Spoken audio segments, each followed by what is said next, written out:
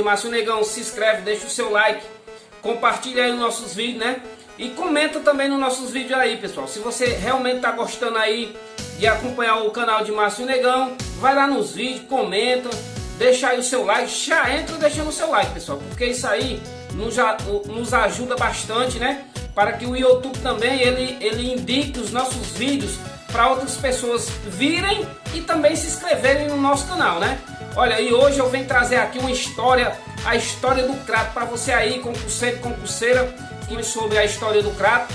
No meu canal, vou deixar aqui nos cards, aqui em cima, né? Então, para você acompanhar aí, que eu já gravei uma aula aí da história do Crato.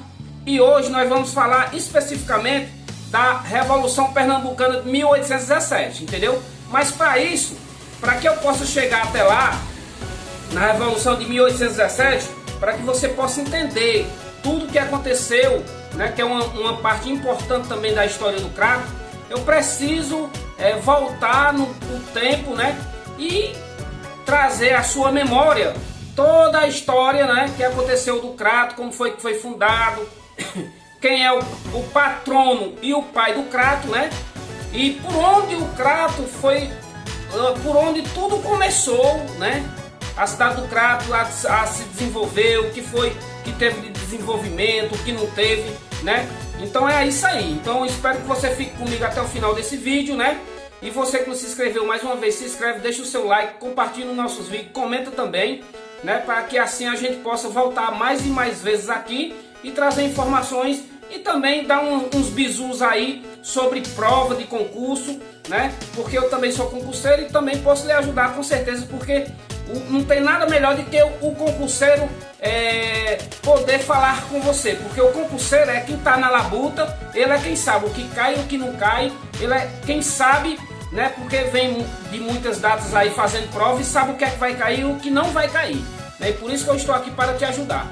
E olha, a Joybox Store está aí, né? Mais uma vez, você segue aí a Joybox Store no Instagram, vai lá, Joybox Store, é a nossa parceira aqui, né, do nosso canal. A Joybox Store está sempre aqui conosco. Então vai lá, visita a livraria e papelaria aqui no bairro Seminário, Lavras da Mangabeira, 11h50. E também, se você não quiser ir lá até a papelaria e livraria da Joybox Store, já que nós estamos no lockdown, você entra no Instagram e vai lá, e lá tem todo o catálogo da Joybox Store, que ela também vai entregar aí na sua residência, né? E também, olha, se você quer comer uma carne gostosa, um bife, né? Vai lá aqui também no bairro Seminário, né? Na Casa de Carne O Bifão, né? Que fica ali na rua São José com a Coronel Luiz Teixeira, ali na esquina, logo na esquina, quando você vem do centro, você já vê ali, né? A Casa de Carne O Bifão, né? Que tem lá o proprietário Rodrigo Paulista, né? Um cara muito bom, e o número de lá é 165, né? A Casa de Carne O Bifão, que tem aí como proprietário nosso amigo Rodrigo Paulista. Ele vai te atender da melhor forma possível e lá tem as melhores carnes da região, que você pode, né, chegar ali e comprar o seu pedacinho de carne para que você possa saciar, né? E também, meu amigo, se você tá aí, furou o pneu do carro, da moto, nós temos o nosso amigo Cleiton, que fica aqui também no posto Seminário. Chega lá, né, que o Cleiton vai te ajudar da melhor forma possível. Os remendos do Cleiton aí, não tem coisa melhor, né? Então, um cara muito gente boa, é o cara 10, que está também aqui com a parceria do canal Márcio Negão, o Bizu dos Concursos. Então, é isso aí que eu tenho que trazer para vocês. E agora eu quero que você volte toda a atenção, porque nós vamos começar o nosso diálogo, o nosso bate-papo aqui, né, sobre a história do Crato, né? Então, se falando, pessoal, vamos começar agora. Se falando da história do Crato, né, nós temos que trazer a nossa memória quem foi, na realidade ali, o patrono. Quem foi o patrono? Quem foi, na realidade, aquele que impulsionou o nosso Crato a crescer, né? Nós temos que colocar isso na cabeça, porque isso aqui é questão de prova, com certeza vai estar lá no dia lá da sua prova, né? Então nós temos que saber quem foi, né? E nós não devemos deixar de falar que quando se fala de Crato, nós não devemos esquecer desse camarada que foi o impulsionador, aquele que fez o Crato desenvolver. Então quem é ele, Márcio Negão? É o nosso amigo e guerreiro aqui, né? o Frei Carlos de Ferrara. Olha, coloca bem na tua cabeça, Frei Carlos de Ferrara.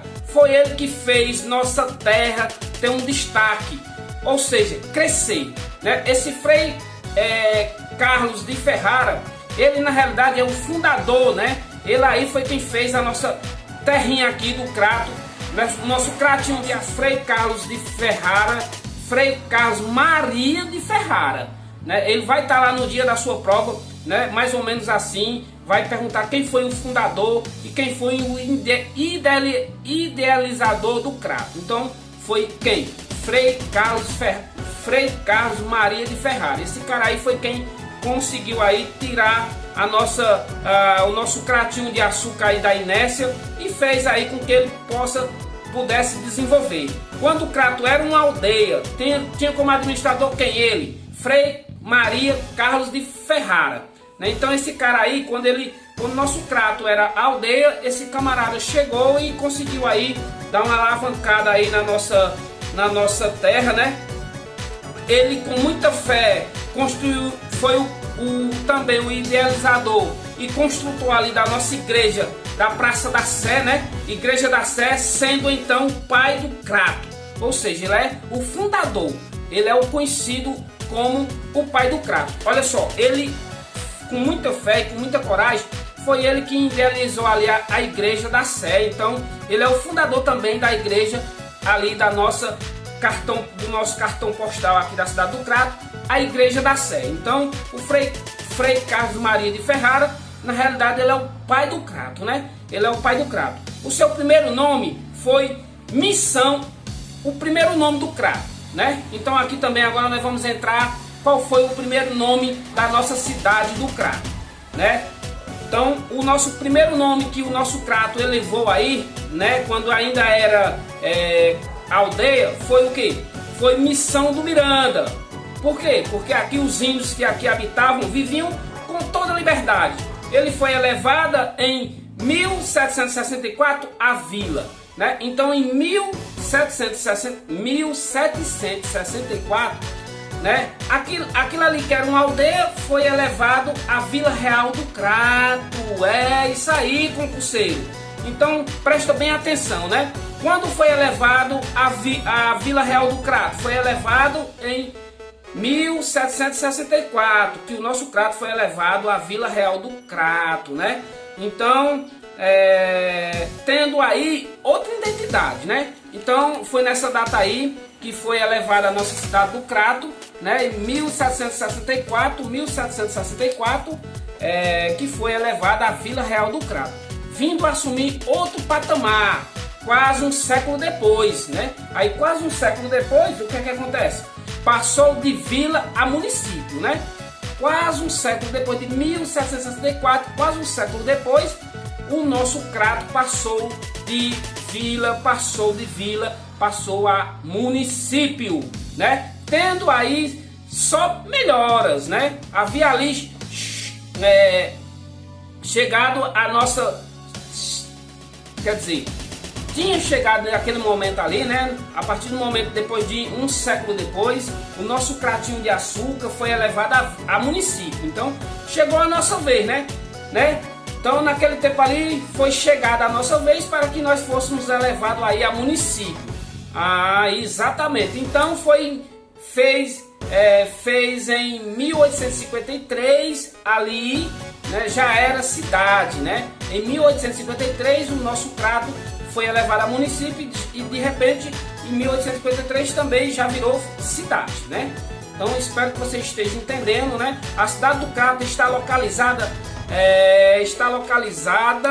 numa das regiões mais bonitas do Nordeste brasileiro, o Vale do Cariri, é isso aí, sul do estado do Ceará.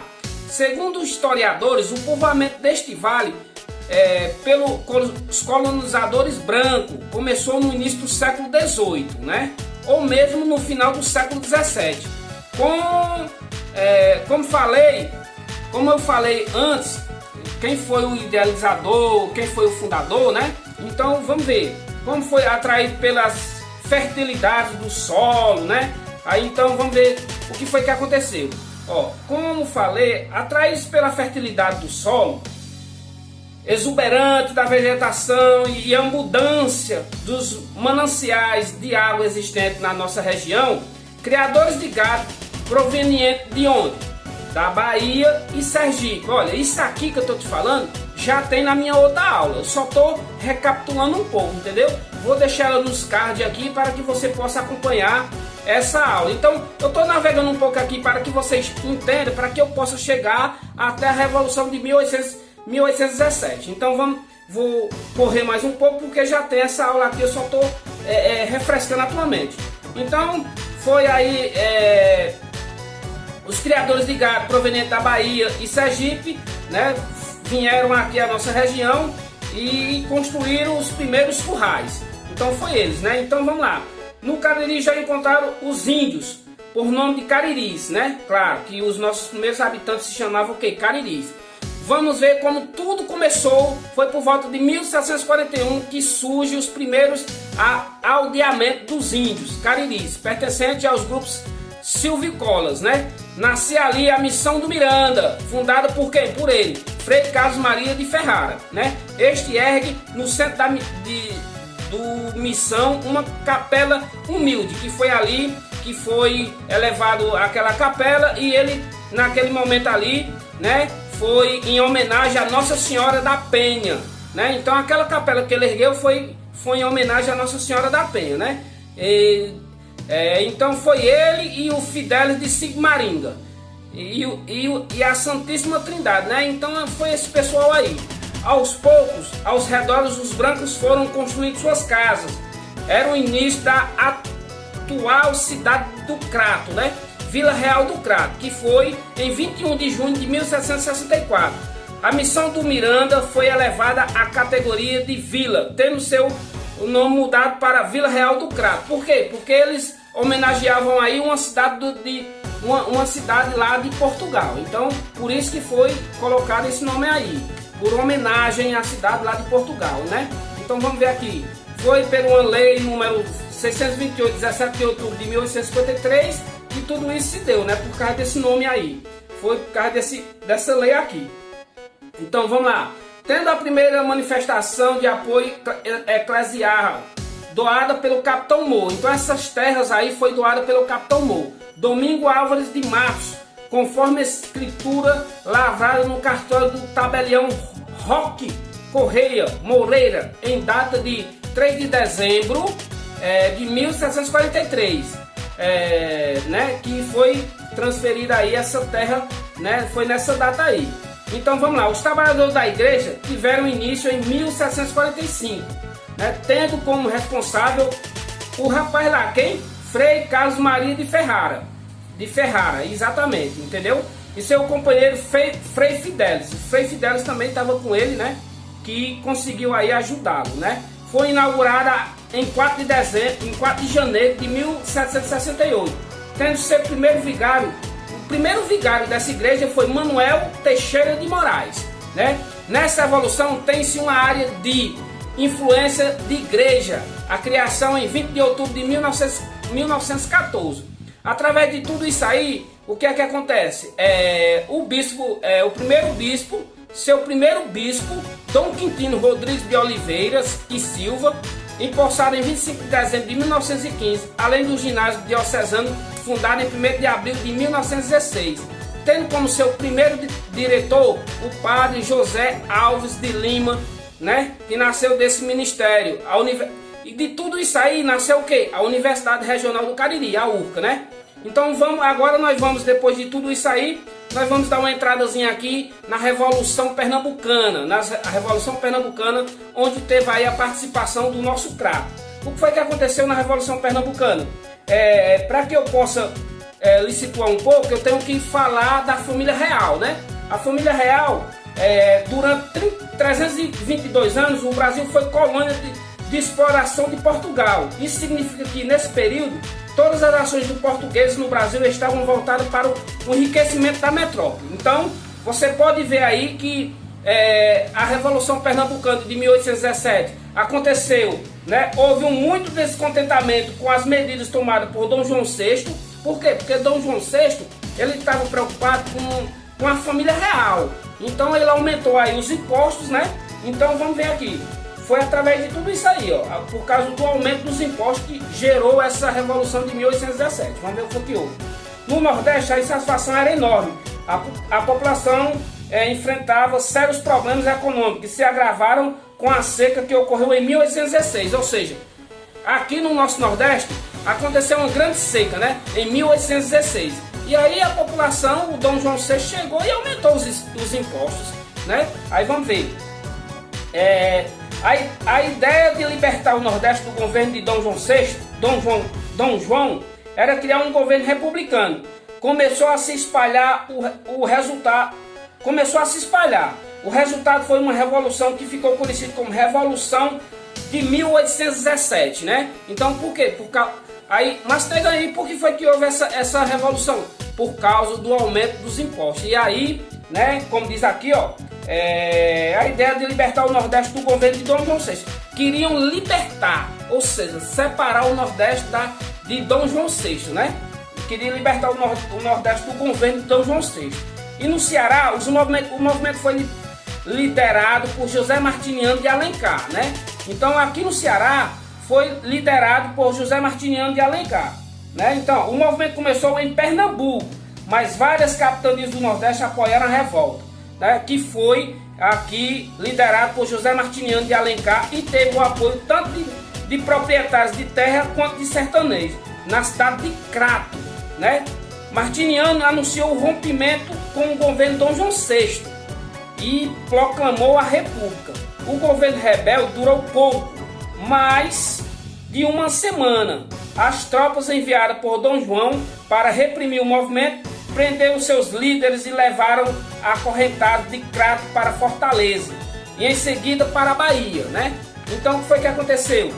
Membros de uma família de grande influência política do Crato, José Martiniano de Alencar e pai do romancista José Alencar, né? O autor do O Guarani, O Tronco do Ipê e Iracema, entre outros sucessores literários sobre quem já comentamos a unidade anterior. A mãe de Martiniano, Bárbara de Alencar, também teve importante participação na Revolução de 1817 e é considerada uma heroína cearense.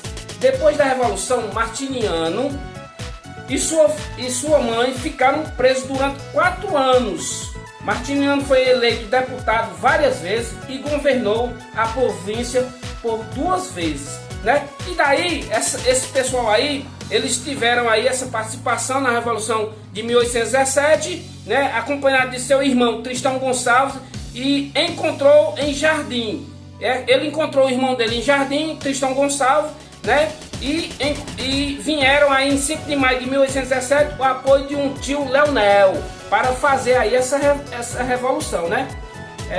Pereira de Alencar, e partiram cheios de entusiasmo para fazer a revolução em terra do Ceará.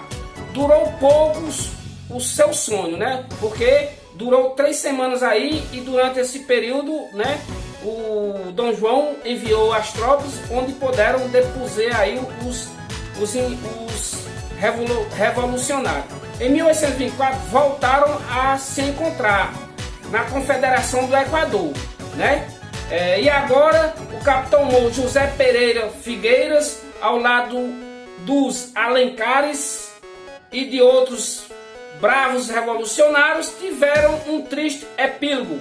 Tristão Gonçalves foi morto num combate nas proximidades da atual cidade de Jaguaretama, e o ex-frade, seu tio Leonel, e um filho foram assassinados em Jardim, né?